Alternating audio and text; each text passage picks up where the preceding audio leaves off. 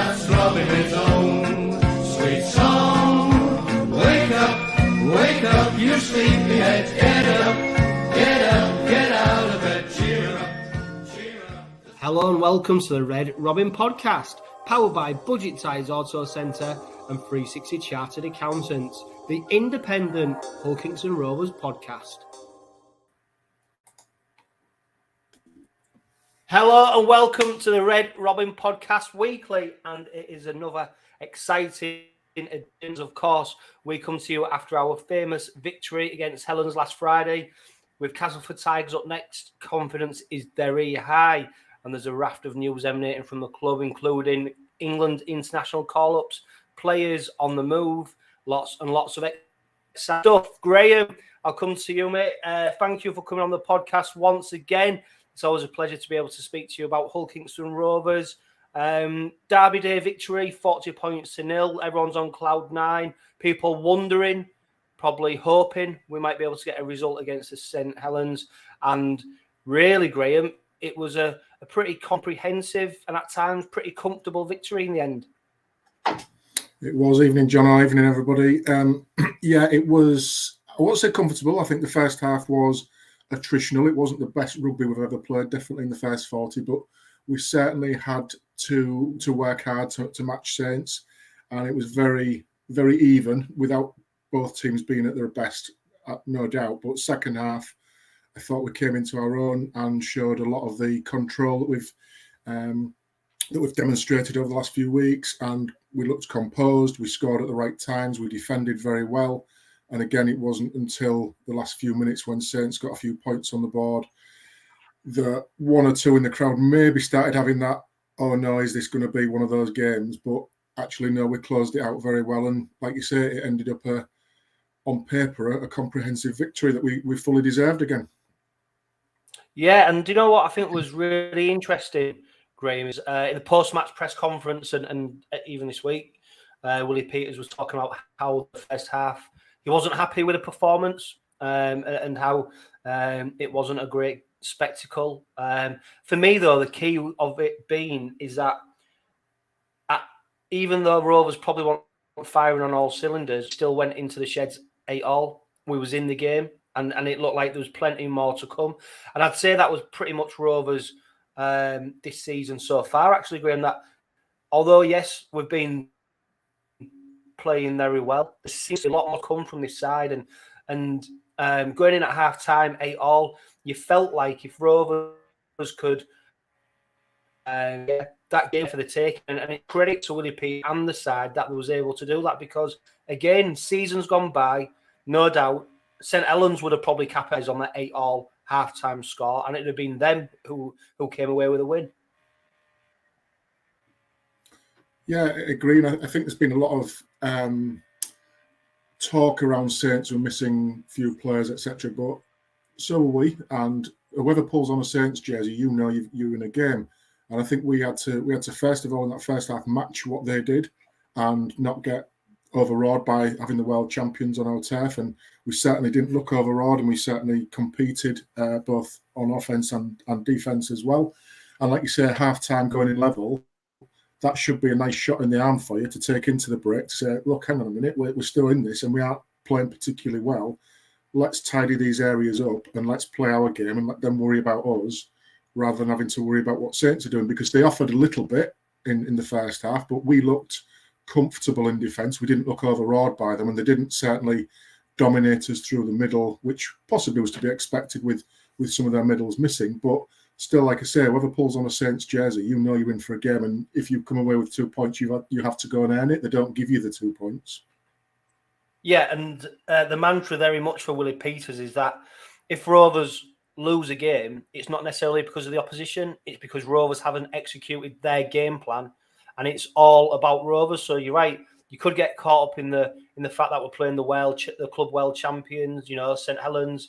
You know, historically, very successful side, and they have an aura about them, albeit this season they haven't quite hit the straps yet. But I think what's really important is that Willie Peters is putting a game plan in place with 𝗕𝗂𝗡𝗏 Rovers. The press conference yesterday ahead of the game, he was asked a question about the pitch and the conditions to expect Castleford. And he said it's not about them, it's about our plan and whether we execute it or not. And you could tell he was a little bit frustrated about Rovers in the first half because there were certain players, and 𝗕𝘂𝗗𝗏 was one of them, who wasn't performing to the standards to the game plan that he'd set out. Yeah, and I think that goes back, John, if you sort of recall back right at the beginning of the season, Peters was talking about a belief for the squad, and it doesn't feel that we actually believe in ourselves. And I've been on here with you, and we've talked about this before around it's about time we did believe in ourselves. We can be good, and compete with the Wigan. We've knocked off Wigan, Leeds, Saints, Hull this season already, and we're only 9 games in. So those are some scalps to take, and you don't get those as gimmies. You have to earn those. So we're doing something right, and I think now more and more you can see things building each week, that the players are completely bought into it and understanding. It was interesting when you're talking about game plans and how it's. I guess it's not easy to read it when it's being executed on the field in the here and now. But looking back at games, you can clearly see that we're quite methodical in our approach, not very risk-taking in the wrong areas of the field, as it were, when there's no need to take risks. And when it does happen, as in 𝗕𝘂𝗗𝗏, for example, it stands out like a sore thumb, as that's not the game plan that we've talked about, silly errors or poor discipline, whatever it is. That's not part of our game plan. And that's something that players have got to learn and adapt to. And, sometimes when players have a stinker, then sometimes the manager or the coach comes out and glosses over that. I think Peters has been very honest, and he's talked about conversations that he's had with Kennedy to say that that's not up to our standards. And Kennedy's admitted that, the same as well, that he's got work to do to improve certain areas of his game. But I'm sure, like everybody, we've seen some really positive, strong games that Kennedy's played. And that's the bit that we're focusing on. If he can tidy up some of those discipline areas and some of those ball carry areas as well, he's shown enough for me that he's a player that we should be utilising more and more in each game, rather than just a 20-minute block like he got on Friday evening. Yeah, and Willie Peters doesn't sugarcoat things, and it's through his actions you can tell what his intent is. We've seen Ethan Ryan dropped after an indifferent start to the season. We saw 𝗕𝘂𝗏𝗏𝗏 hooked against Lee after he came up with a crazy offload, which led to a Lee try. We've seen 𝗕𝘂𝗗𝗏𝗏𝗏 now hooked after 20 minutes yet to return, which is quite a bold statement, isn't it? When you're playing a team of the ilk of St Helens, that you're almost committing. Well, you're giving away an interchange, but I suppose when you're setting your standards high, it sends a marker not just to that player, but to every other player within that squad. If you don't hit the levels I expect of you, then there's no sugarcoat it. You're out, and it's up to you to then get your place back in the side and to earn it. Absolutely, and that should promote healthy competition for players, and it should improve the standards, because if I'm playing, I don't want to be sat on the bench or in the stands. I want to be playing. I'm a player. I want to play. So if my poor discipline or my poor ball handling is a reason that I'm not playing, I need to go away and do something about that. I need to improve myself to help improve the team. So, and again, that can go 2 ways. Some people will embrace that challenge and go away and work hard and affect change within the game or themselves. And some might get a sulk on and not particularly contribute toward the whole squad environment that's needed during the Monday to Thursday, for example, and on game day. So it's interesting to see who's going to embrace that and who might be upset by being left in the stands or out of favour, what appears out of favour with the coach, and how they react to it, and see what type of characters they all are. Definitely. Huge thank you to everybody who's tuning in on Facebook and YouTube. Good evening, Derek, Michael, Lee, Craig, Foxy. Remember, if you are watching this on YouTube, either live now or on the stream afterwards, please make sure that you like it. Hit the like button and subscribe. And of course, if you're watching on Facebook, give us a big thumbs up. And if you're listening on podcast, remember to subscribe to your channels to make sure you get the podcast as soon as it comes out. But of course, a huge thank you to everyone who's either watching or listening to the podcast this week. Graham, Willie Peters, it became something of a something Tony Smith became a bit renowned for, and that was his left field team selections and not afraid to move people about, and I dare say it worked for him on occasions. I don't think it always did, but what you would say is that Willie Peters has made a number of team selections that most fans wouldn't able to predict, and definitely wouldn't have seen it coming. And again, on Friday night, we saw that again when Sean Kenny-Dowell lined up on the wing, 𝗕𝗂𝗡𝗁𝗂𝗧 on his inside centre, and then Corey Hall partnering Ryan Hall, no relation, of course, over on the left. And apart from that first try, what Johnny Lomax scores, I mean, they go nearly 60 metres up the pitch to score that first try of the game. You'd say Sean Kenny-Dowell was probably at fault for that try, but in the whole, it was a team selection that worked. Absolutely, and it was one of them where I'm sure a lot of people in the stands were scratching their heads about Sean Kenny-Dowell's effectiveness on the wing, but he was safe under the high ball. He was aggressive running out of backfield, again, which we know he can do. Obviously, he was on the other side of the pitch, so visually things look a bit different on the right to the left where he's usually. And even read one of the tweets that when the squad was announced, that somebody said you've got your centres the wrong way around, they're on the wrong side of the field, meaning Hall and Kenny-Dowell. So again, I think people were 𝗕𝗂𝗡𝗁𝗂𝗧 and Kenny-Dowell, I think people were genuinely fooled by that. But again, he's trusting players to carry out responsibilities. Obviously, we know SKD's a proper senior pro and will turn his hand to anything that's asked of him for the squad. So I wasn't particularly worried by it, and we actually again looked even more solid, dare I say, on that right edge with 𝗕𝗂𝗡𝗁𝗂𝗧 and SKD in there. And again, just throwing it out there to everybody, what did everybody think about Corey Hall's debut? Because I was very impressed with Corey Hall and the way he conducted himself. And according to the pre-match interview that Peters did, it was quite a last-minute call that he made. The reason Sam Wood was nailed on to be playing. Sam Wood was nailed on to be playing. Yeah, some happened in training, I believe. Yeah, and again, Corey Hall. Yeah, didn't phase him. He seemed to run very aggressively, carried the ball well, defended very well. Looked a fantastic prospect for us at only 20 years of age as well. And looking back to the trade that we've done with Dags and Corey Hall, I definitely think we've got the better end of the stick on that one. Definitely. And Corey Hall on debut, 17 tackles, 3 tackle busts, 14 carries, 118 metres, 8 metre average gain. And Willie Peters talked about how impressed he was by his aggression, and particularly in second half, his kick chase. He laid down a real good marker for the Robins. So Willie Peters got a hell of a dilemma on his hands, whether he changes a winning side or does he, obviously look at what Cass are offering and make changes accordingly. Because like Graham, as we've just mentioned, he's not afraid to do it, is he? No, and I think he'll probably go with the fact, John, that he wants to impose 𝗕𝗂𝗡𝗏 style of play on Castleford rather than worried about what Castleford have got to throw at us. Yes, you've got to be aware of it, and they'll be watching the playbacks and marking players out to keep an eye on. But he wants for us to be the ones that dictate in play, and he wants them to worry about us more than us worry about them. And that's a great place for us to be in, because it's easy to say that and a lot harder to do it. And now we're actually going ahead and doing it. People will probably not be excited about playing against 𝗕𝗂𝗡𝗏 because they know what they're going to be up against, and they know that they're going to be in for a tough game. Yeah, definitely. And I'm glad you mentioned Castleford, because we're going to park the conversation about St Helens just for now, Graham, and they're excited because I've just seen Scott Murrell's ready to come and join us and talk to us about Castleford on Friday night. So I'm sure it's going to be a very entertaining session.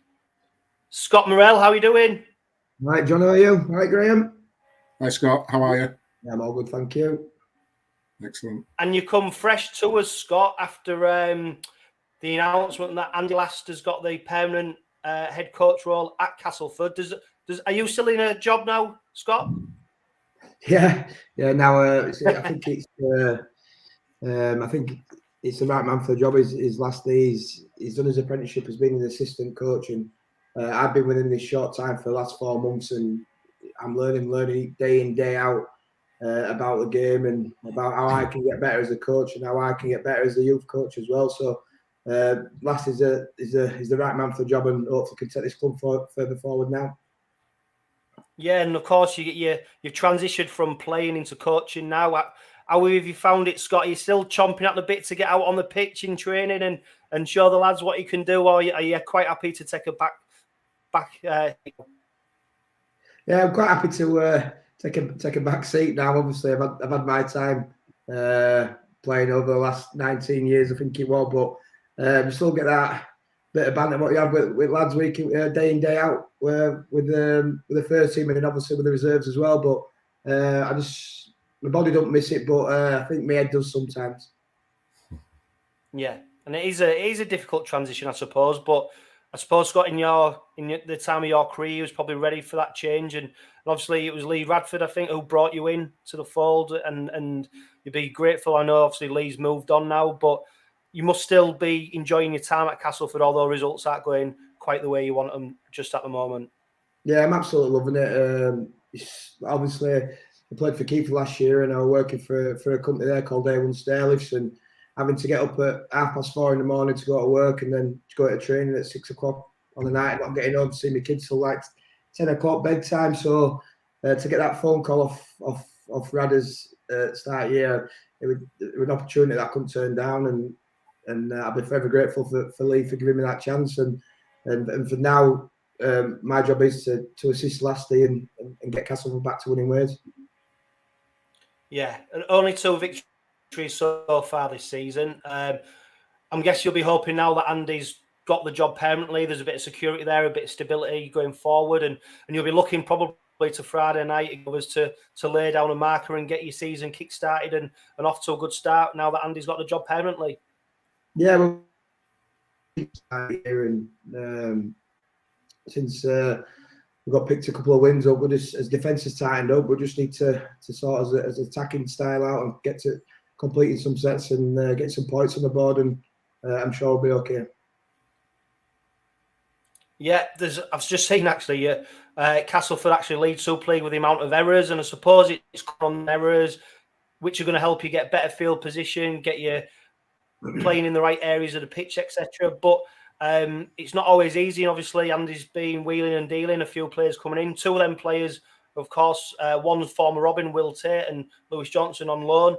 What impact have they had? I know 𝗕𝗄𝗄𝗧's only been there a week, and I think Louis played 1 game so far. But what impact have they made at Castleford so far? Yeah, they've brought a lot of energy into the training day in, day out stuff. Obviously, 𝗕𝗄𝗄𝗧 played for me for the reserves against OKR on Saturday, and had a great game, and very excited to see what them 2 youngsters can bring to Cas this year. Yeah, I'm a bit gutted really, because I think Louis Johnson can play on Friday night, can't he? And he's one player that I really admired at Rovers, and obviously we don't know what the future holds for him, but I do think he's a really good player, and he's had a good pre-season. He's fully fit. I think he was chomping at the bit at Rovers. Obviously, the competition ahead of him meant that he wasn't getting much game time, hence why he's gone to Castleford. But he looks a real good proposition, I think, Scott. Yeah, he's an athlete. He's Lewis. He's coming in. He's training the house down, and I think he's had a couple of bad injuries over the last couple of years, which he's been in and out of the team. So I just think he needs that consistency of training and playing week in, week out, and getting in there, and you'll see him get better and better for Castleford this year.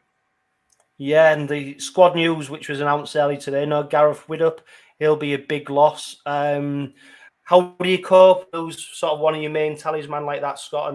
And you'll be used to that when yourself in your playing days, when you lose one of your most influential players. How you cope with that? Yeah, that's why it's a team sport. We've got people in that squad who can drop in. I think young Brody has shown over the last few weeks when Gaz hasn't been in the squad that he's more than capable of stepping up to the task in the house if he gets put there this week. But I think that's a big thing for us. We just need to get his players on the field. We haven't had a spine. I think we've only had a spine is 6, 7, 1, and 9 on the field together once this year. So I think that's a big thing going forward, is getting them healthy bodies on that field and getting some confidence back into his play and picking some wins up. Yeah, and Graham, the spine is so important, isn't it? I mean, when you look at Rovers this season and where our majority of success has come from, it's come from Abdul, Lewis, 𝗕𝗂𝗱𝗲𝗏, throwing Minchella at loose forward. You've then got Litton. You know, we've got a really good spine there that makes things happen for the Robins. Yeah, they're playing really well at the moment. 𝗕𝗂𝗱𝗏𝗲, obviously, new coach coming in, 𝗦𝗢𝗙𝗏𝗏𝗧, has had a big impact on them.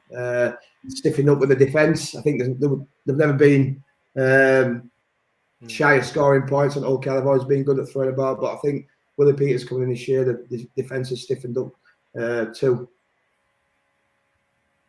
Yeah, I'd agree, John, on as well. Pardon? Sorry, Chris, I'm just going to say that. We've seen it this year. We've seen a huge improvement in that, being able to put your 1, 6, 7, 9 on the same players on the pitch. Each week there's that continuity there. There's that fluidity. It is so important to teams, and as Scott's alluded to, we've been suffering from it for the last few seasons as well, with injuries and suspensions, where you're chopping and changing every week, and it's very hard to get your combinations going. Bringing in new players to adapt and hit the ground running from minute one. It is so important for successful teams to have that, to have that spine in place and retain it for as much as possible through the season, for as long as possible. For certainly at the back end of the season, when it's the business end, you want that fully firing, as opposed to as we found out, and as Cass are finding out at the minute, you can't get your 1, 6, 7, 9 on the pitch week in, week out. It's challenging, and you're having to, sometimes, like we've done, put square pegs in round holes sometimes. Yeah, and you haven't, a lot of games this season, Scott, you haven't been a million miles away. I mean, even if you look at the game against Salford, 14 points to 6, you're in the game. So it gives you hope, doesn't it? That, all you need is that one win round the corner, and before you know it, you get a couple of wins on the bounce. And Super League this season, I think all you need to do is get 2 or 3 wins together, and you go from bottom to top like that. It's a really competitive league. The day in, day out, the boys are working hard for each other.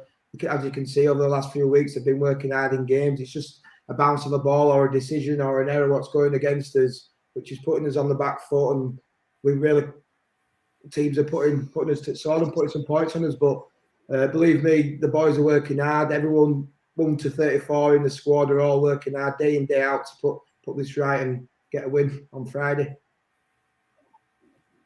Yeah, and Mother, I don't expect you to reveal any kind of game plan whatsoever, but you must have spotted some weaknesses in the Rovers side we're looking to exploit on Friday night. Yeah, we've done some video on Rovers. Obviously, all they're out the spine, they're playing well, like we've alluded to early on, Graham. But yeah, we've worked hard this week. We've put a few wrongs right from our game against Salford, and we've trained hard on Monday and Tuesday, and we've got game prep tomorrow. So yeah, we've trained hard this week, and we're really looking forward to the challenge in 𝗕𝗂𝗱𝗏𝗏.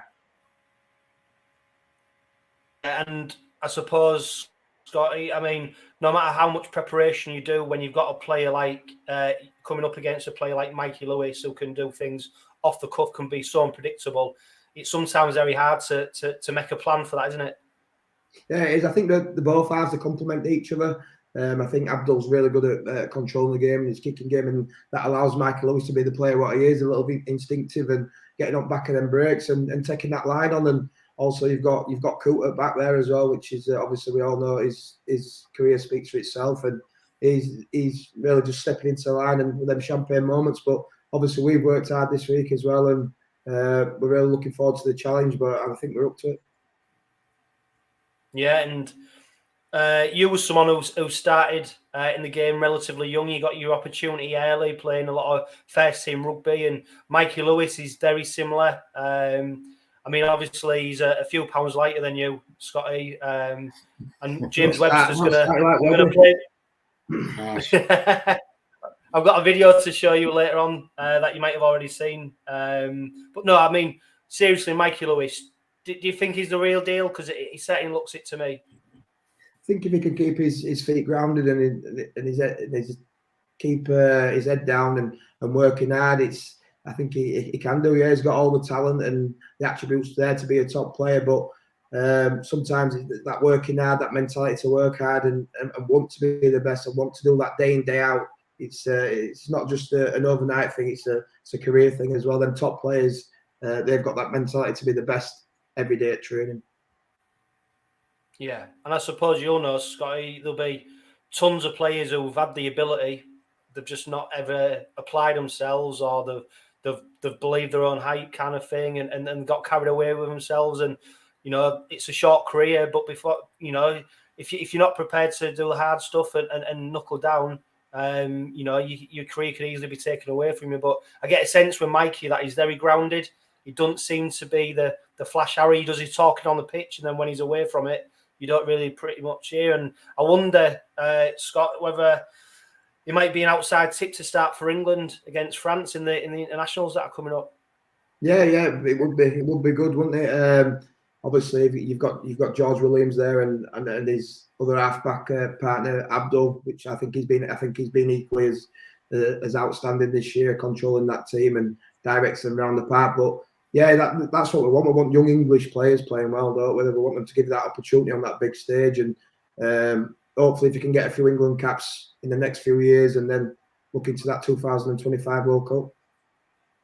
Yeah, and looking at the squad for Friday, 𝗕𝗁𝗓, I mean, it's a bit like home from home. You've got 6 former Rovers players in there. If you count Johnson, that's 7. I mean, there must be some good banter, and obviously there's a few old 𝗕𝗓𝗄𝗓𝗏 FC players in there, of course, Andy. You know, so there's a few people from over the east side, but the banter and stuff flying around must be what keeps you going on the training ground. Yeah, it is. Obviously, we've got a few ex-Rovers players there, and obviously we've all got fond memories of playing for Old Kingston Rovers, and but obviously we've got a job to do as well as a professional outfit. We've got to get them 2 points on Friday night. Yeah, well, that's the serious stuff out the way, 𝗕𝗁𝗓. I caught with James Webster earlier today, so obviously you've done a heritage cast for us where we interview former players about their time, and someone's actually just commented on YouTube, Stuart Wilson, he's put thank you, Scott, for that wonderful memory of that hit on 𝗕𝗓𝗏𝗂𝗏 in the 2010 playoff game, stuff of legends, that one. Suppose that is one on your highlight reel, isn't it? Yeah, I think that made my career, really. No, it's one of them things, isn't it? Obviously, yeah, with them weeks, what we're building up, you can't describe it. I keep telling everyone that week, Derby week, there's nothing like it. There's no other derby like that in the game. They're all saying since Wigan or Bradford, Leeds back in the day, but I'm a Leeds lad and I've been involved in the Leeds Bradfords as junior. But for me, the multi-hour derbies, it's something else. Families are split, divided, and the build up through the week, and it is general hatred between each other. Yeah. People at work and whoever gets them victories on the weekend, it's they've got that till the next game. And luckily for me, I come out on top more than I did defeats against Hull FC, so that were always nice. Yeah, definitely. So anyway, yeah, I caught with James Webster, and I asked him about what it was like playing with you, and here's just a little snippet of what he said when I asked him about you, Scott Murrell. Seen it.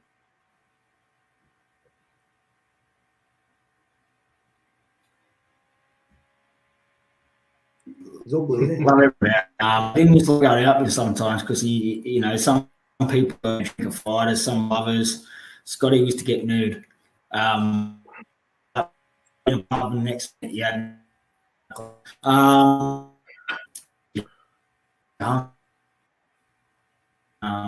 Fantastic.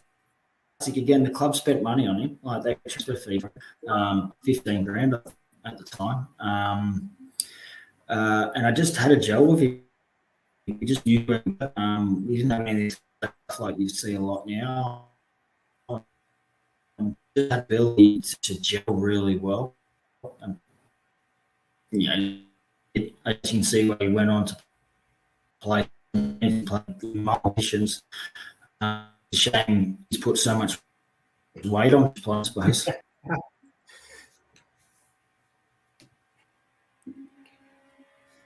That's harsh, Scott. Apologies for the bit of poor sound there, but he was complimentary, 𝗕𝗓𝗄𝗓𝗏, 𝗕𝗓𝗄𝗓𝗏, and then he he was not so complimentary as well. But Heritage Cast with James Webster, that's going to be released in the international break. But your memories of playing with him, Scott, I mean, he was a fantastic player, wasn't he? And I think I'm going to nickname him the Iceman. He seems so cool.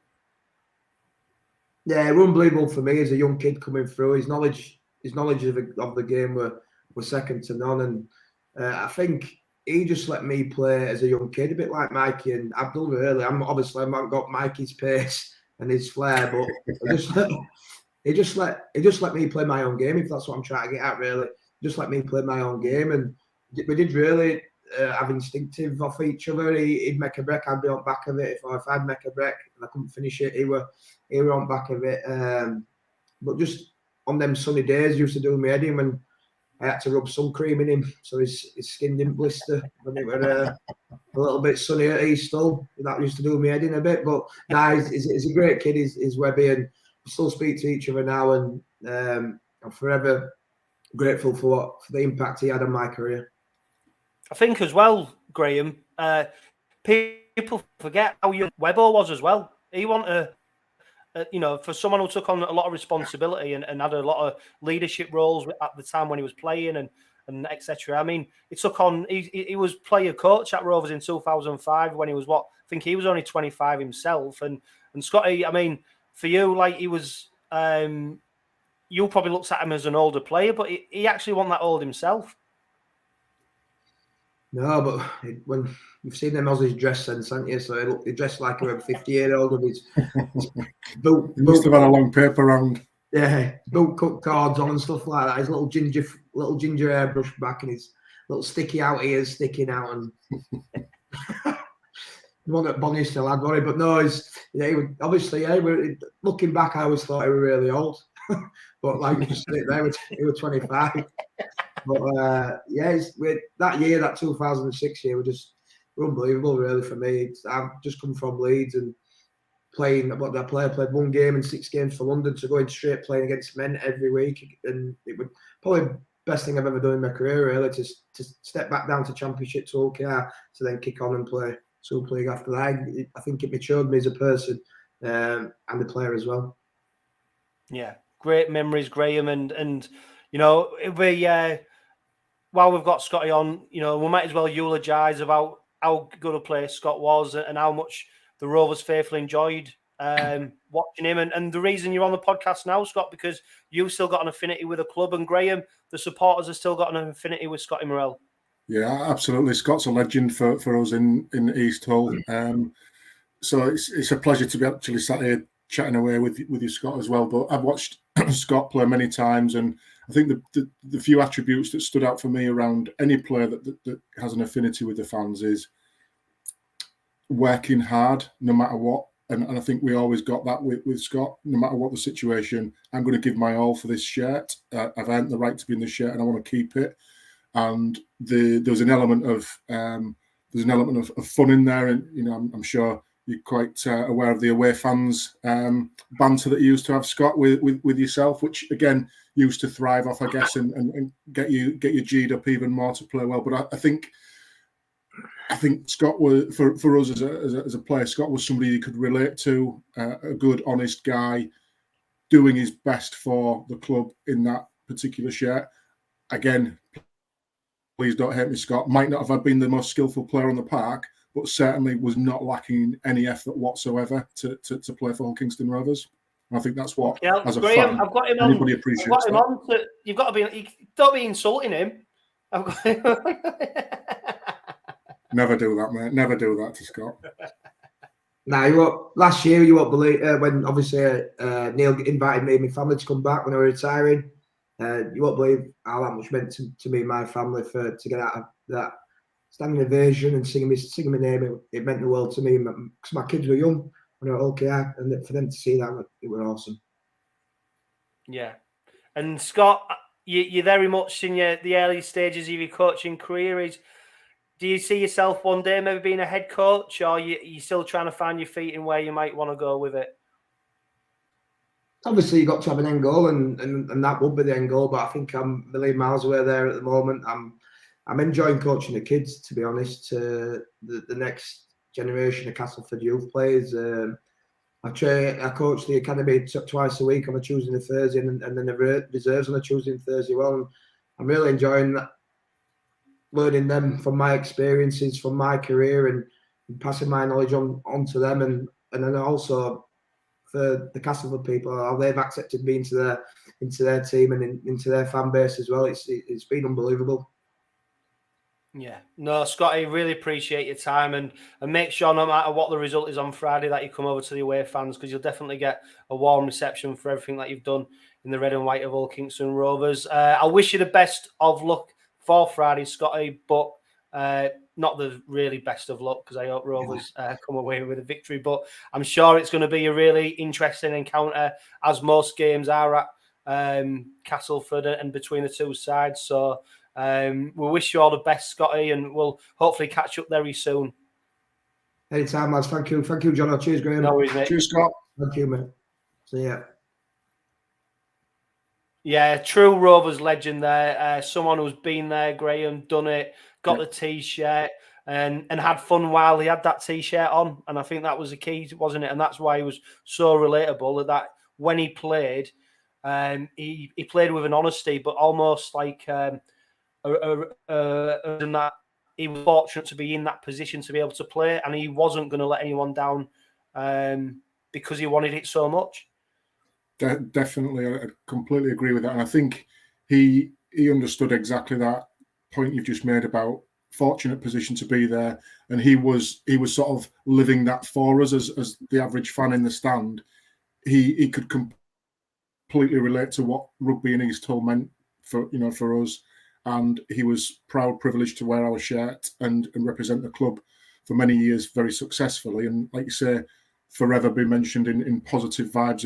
When you mentioned Scott's name around the club of Hull KR, I think everybody's got fond memories of having Scott in the squad. And yeah, good luck to him in his new career as a coach.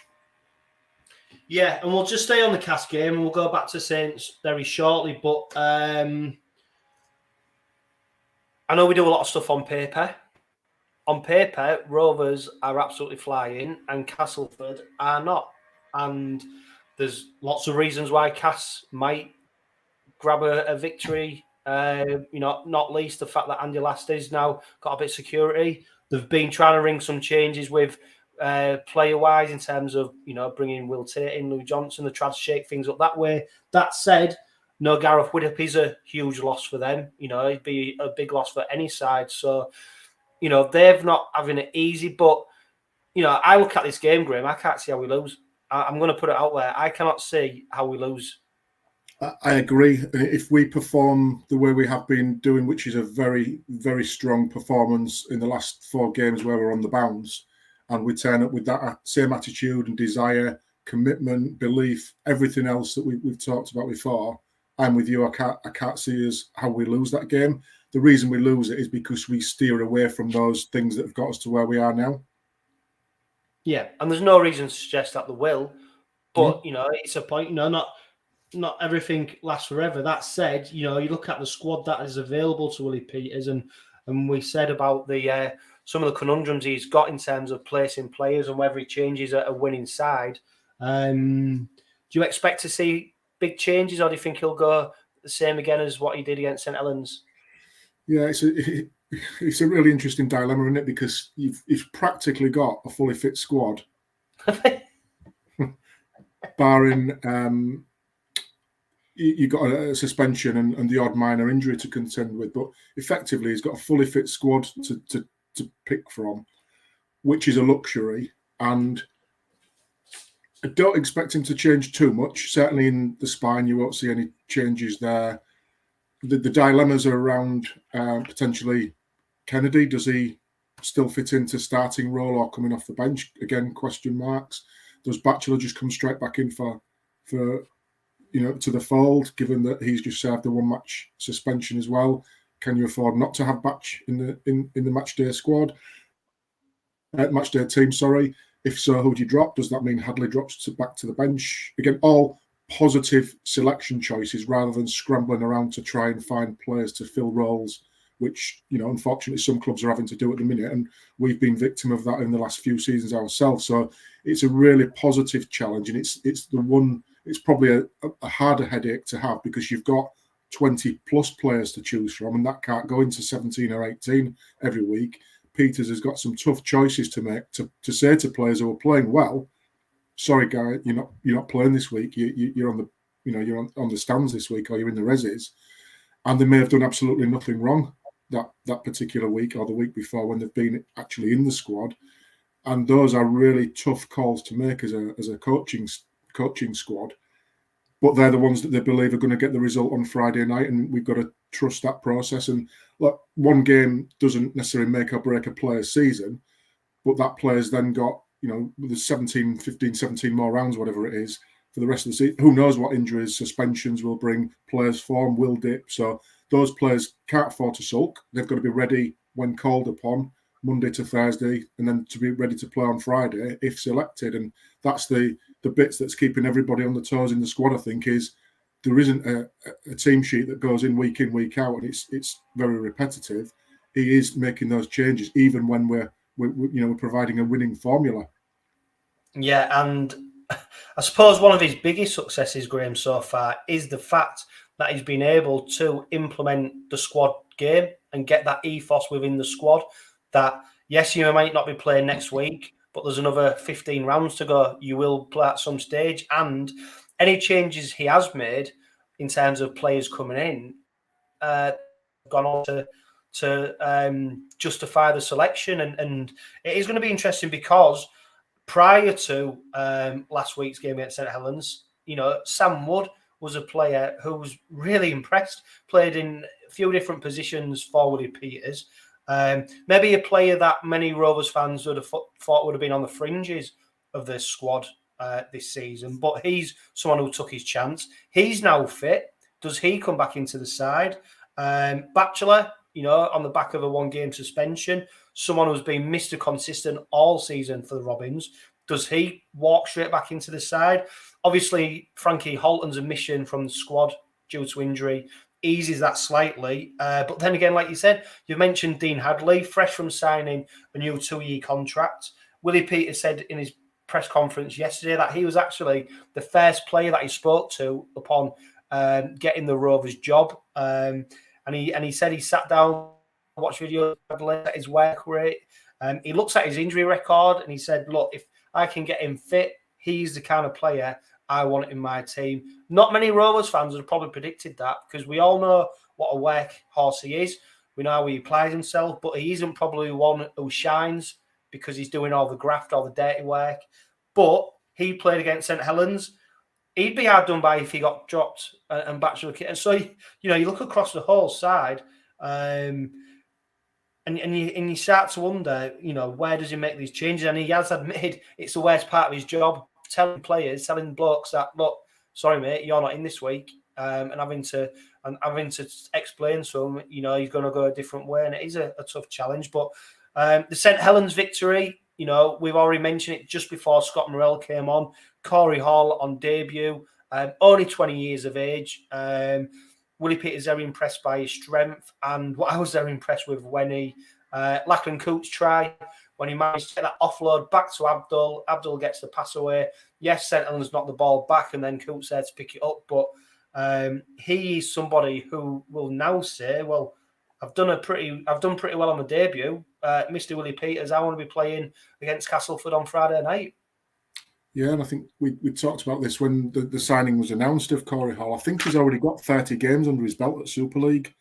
I mean, I'm sure somebody might correct me on that, but I'm sure we pulled that stat out when we sort of looked him up and talked about him a few weeks back. And it was interesting because he wasn't in the squad first of all when he first signed, which again was a surprise. And even this week, Willie Peters sort of said he'll have to wait his turn. Now his turn came the day after when he announced the squad and Corey Hall was in it, but that was due to unfortunate injury to Woody there. But he talk about taking an opportunity with both hands.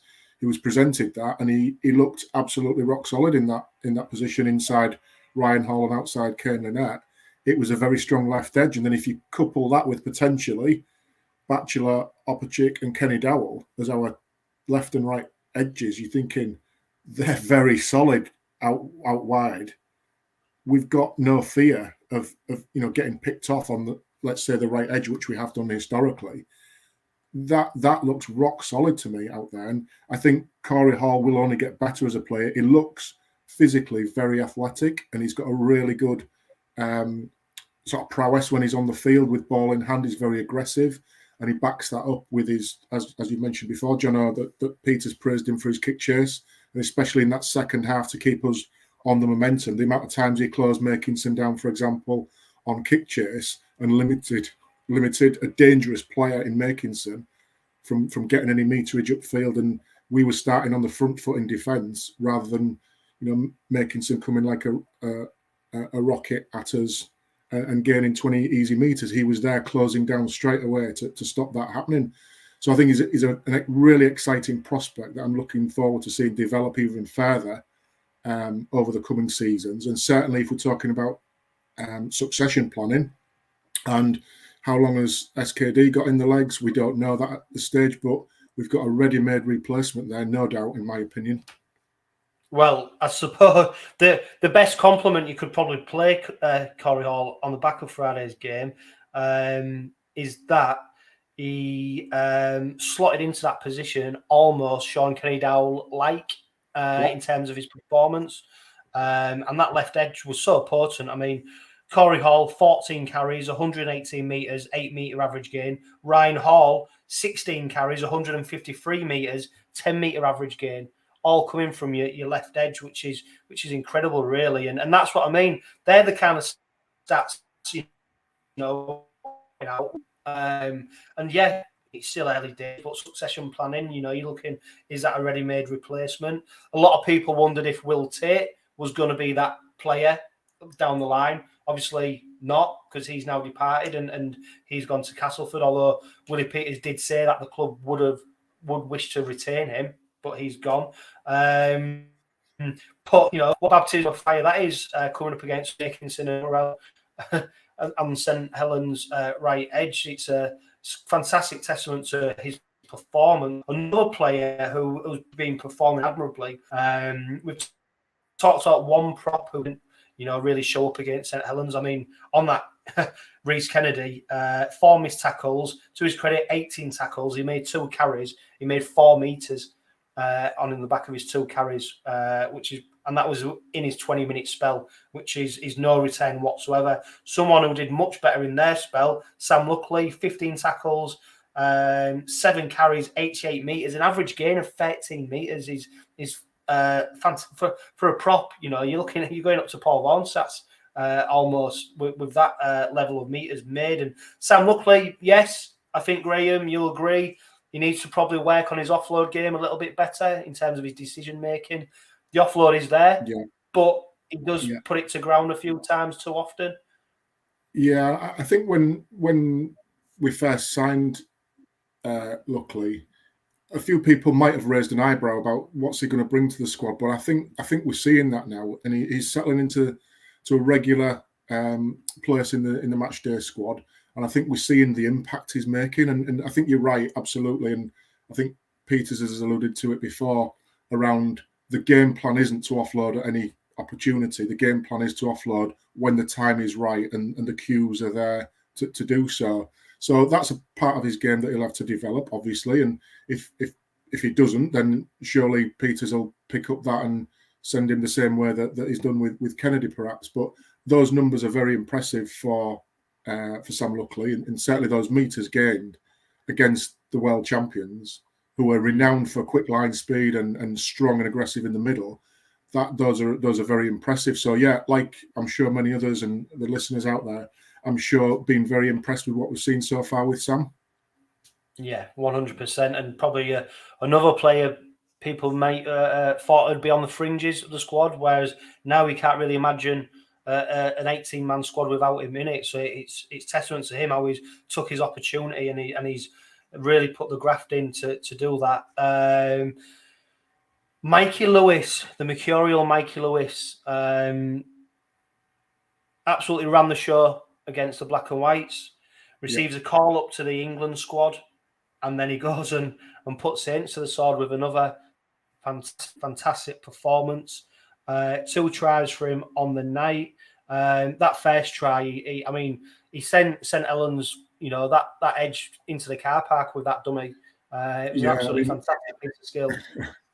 Watching it back, I think he sent Conrad Hurrell and Tommy Makinson off for a hot dog, and then just dived inside him and scored a try. And I think when I knew I was going to join you this week, John, I was thinking about Mikey Lewis, and as a fan, watching his development over the last few years, it's been spectacular to watch. And I don't use that word lightly, because we've all seen him as a, dare I say, a scrawny 18-year-old kid. Now, I know he's not much older than that now, but physically he's improved his appearance, and his game's developing week by week. And now I was thinking about the attributes that he has got, and obviously he's not the finished article at 21 years of age or so, and he's got lots to continue to learn, but he's got a short kicking game, which is good. He's got a good decent long kicking game. He's been on the shoulder for breakaways, so he knows that part of the role.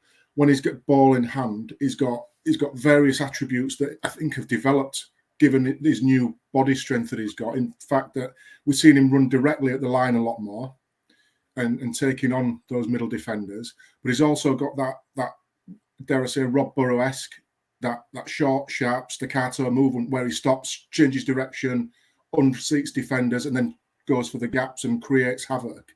He's got all that in his game now. We're seeing this week in, week out. And it was interesting thinking back to what Johnny said when I watched Johnny last week from St Helens, talking about how we're moulding the next Saints halfback when Johnny Lomax retires, and it'd be great to have Mikey Lewis in their squad. He said it in jest, but I think he was hoping that's the regard that the world champions have as a fan for our number, our number 7 effectively.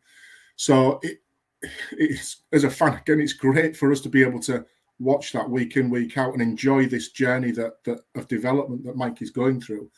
And it's all for us, as in it's for our club, is one of our own. We know that.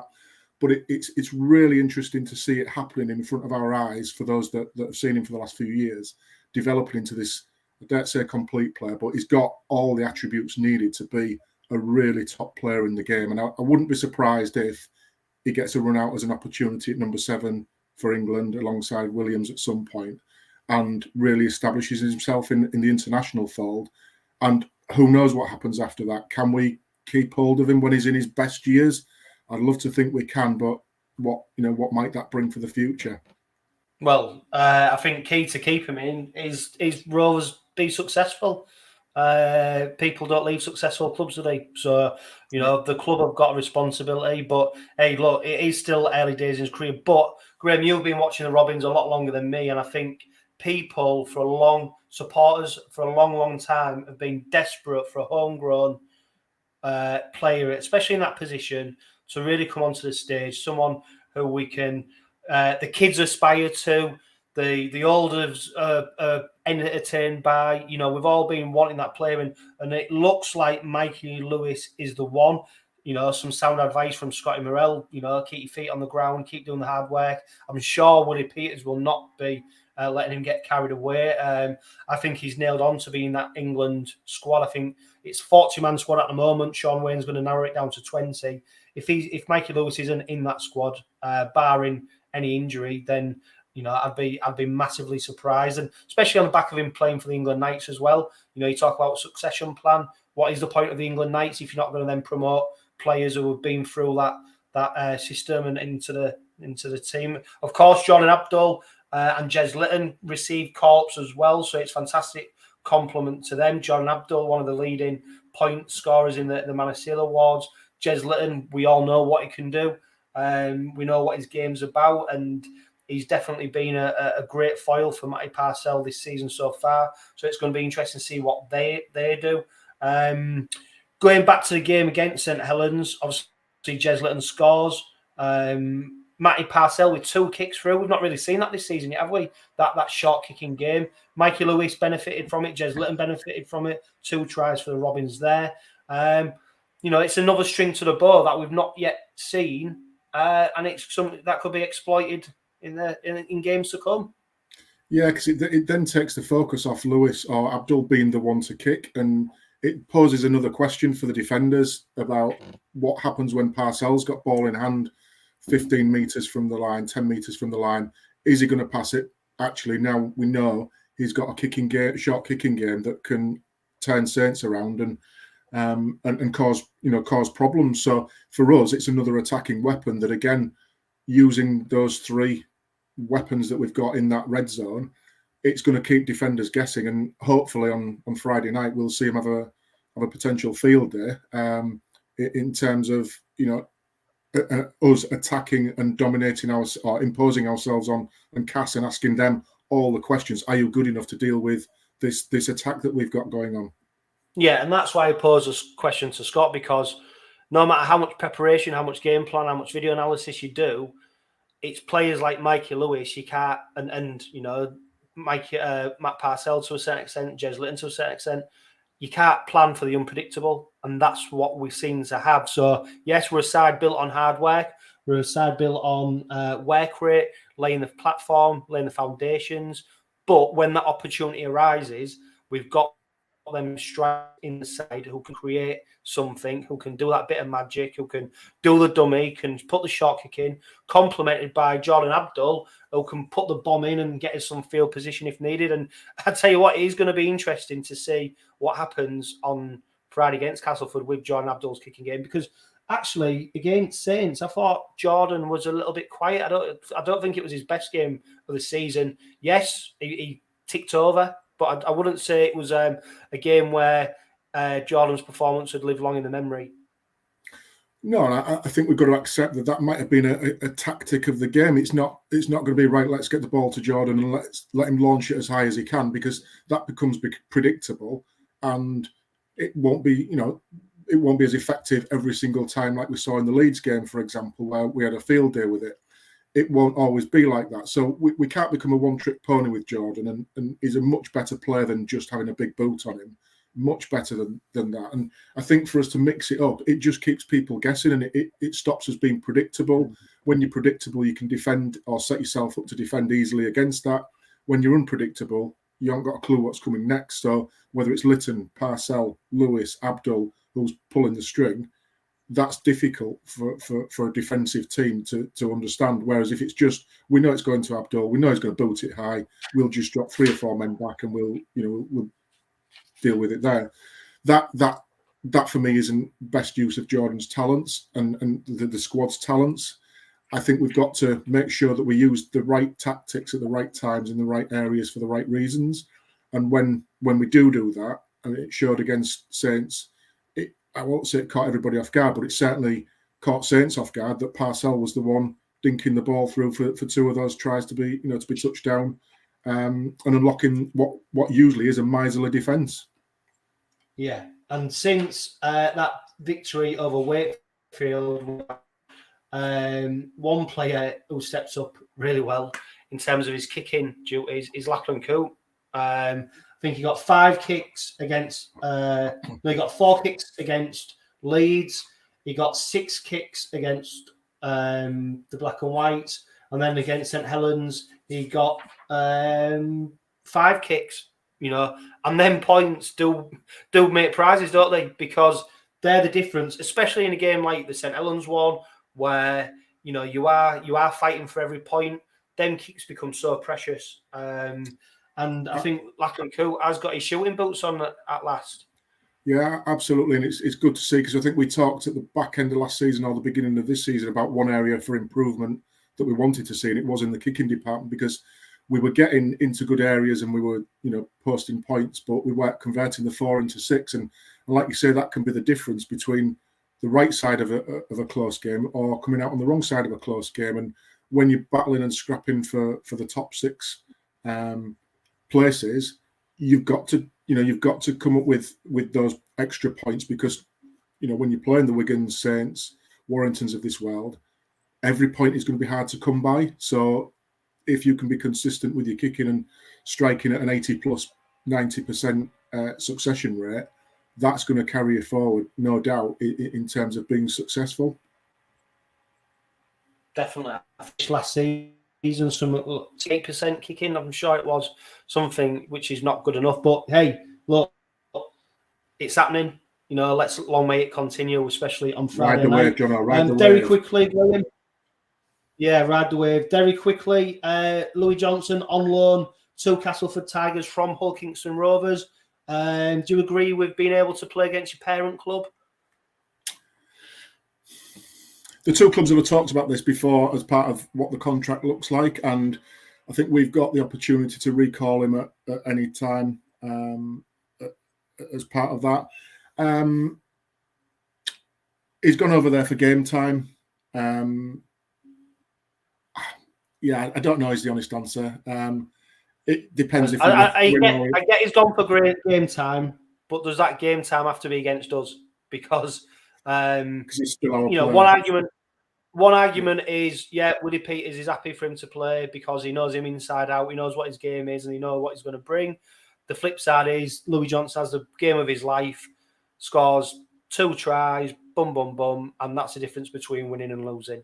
And that's that's a scenario that might be far off, but sport is sport, and that could happen. And I just think, as a club, you protect yourself from that opportunity arising, and the easiest way to do that is by not letting him play.